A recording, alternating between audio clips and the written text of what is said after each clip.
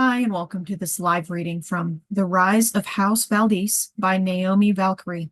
And this is presented by Itsy Bitsy Book Bits. Chapter 1, Xenobia. After 7 years, you would think at least one guy would have caught your attention, Maggie says with a sigh. She's been after me to start a relationship for a couple of years now. It isn't that I don't want one, but when your business is men, it blurs the lines if you start dating one of them. Not to mention it puts a strain on any relationship if your partner can't handle you seeing other men. You know I like to keep things professional, I respond with the necessary eye roll to punctuate just how ridiculous I think this conversation is. She's like a dog with a bone when it comes to this particular topic. I don't think she will ever let it go. Besides, I take enough risk just doing what I'm doing. Can you imagine me in a serious relationship with a human? The first time I used my powers in front of him, the poor man would run screaming for the hills. The truth is, I use my power all of the time, but subtle versions, enough to be able to make my business lucrative, but not enough to make myself stand out. Xenobia, you can't go through the rest of your life alone. I know Maggie means well, especially with the concerned look she's giving me, but I just can't give her the answer she wants. Yep, this seems like a good time to switch topics, and fast. How are the new girls settling in? I ask, crossing my fingers that it would sidetrack Maggie. Pretty well, actually. Susan is sticking with her AA meetings, and Melody is just enjoying the comforts of a warm bed and a roof over her head. Maggie pauses to sip her coffee. All in all, I'd say we're making progress, but don't think I can't see what you're doing. Nice try. The exasperated sigh that comes out of my mouth could probably wake the dead. So much for distraction. Well, lucky for me, we'll have to continue this conversation later. I have to go interview a potential client. I haven't given up on you yet. Maggie hugs me, and I see the mischief in her eyes as I turn to walk toward my office. She's never going to let this go. Entering my office, I'm grateful for the silence. It gives me time to prepare for my client interview without distraction. These interviews are a vital necessity to keep the girls safe. I have to be sharp and focused, on top of my game. Shutting my office door, I make my way to my meditation area. As I light the incense, the scent permeates the room and begins to help me focus. I close my eyes in order to commune more closely with my powers. I can feel the hum of energy that constantly flows through my body. All of my glamour falls away as my true image appears. If anyone were to see me now, they would see a woman with navy blue skin, black hair with blue highlights, and eyes as black as night. It takes a lot of effort to hold the illusion in place, so I appreciate the moments when I no longer have to maintain it. I allow my mind to quietly observe the thoughts moving through it. My body relaxes further with each breath. As I'm just reaching the place where I commune with my powers, I feel his presence.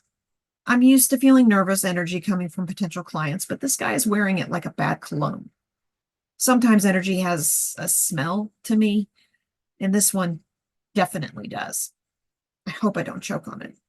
It seems like it is a good thing I had at least a few minutes of meditation before this appointment. From the feel of things, this is going to be energy intense.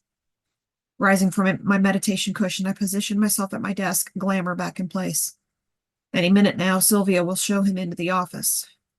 I'm already ready for this to be over with. Sylvia gives a brief knock and then opens the door just enough to poke her head in. You ready? As ready as I'll ever be. Send him in.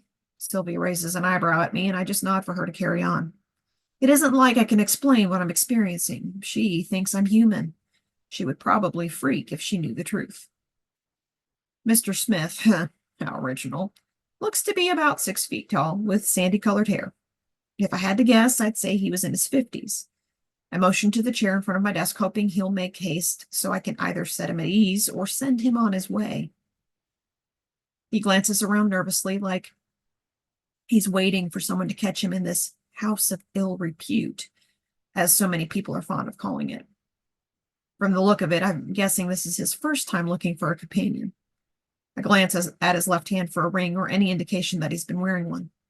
We don't cater to married men here if we can keep from it too much drama. Not seeing any evidence of attachment, I proceed to get the conversation. Mr. Smith, I begin, but stop because he jumps like a scared rabbit. If we're going to get anywhere, I'm going to have to use a little bit of power to calm him down. Why don't you tell me what brings you here? I try again.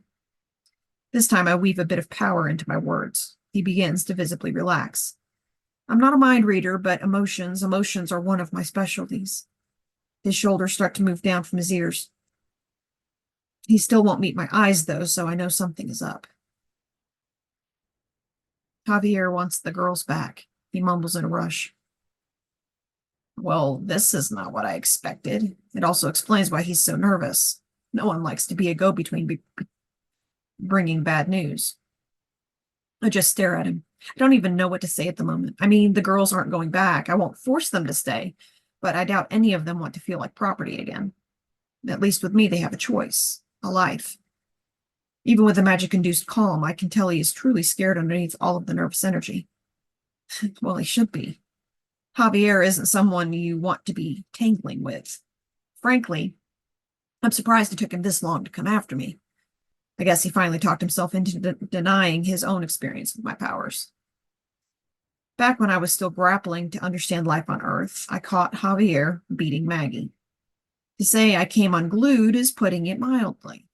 I didn't have as much control over my powers then, and I nearly killed him. No one believed his story about what happened. I appeared to be human, and he sounded like a lunatic whenever he described the incident. Only Maggie and I know he was telling the truth. I took her away from his employment that night, along with the other girls that wanted to come.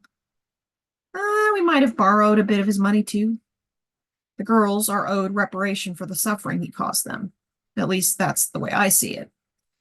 5 years it has taken him to finally resurface in my life. I admit I'm curious as to why it is happening now, but I just stare at Mr. Smith while I try to figure out what I want to do.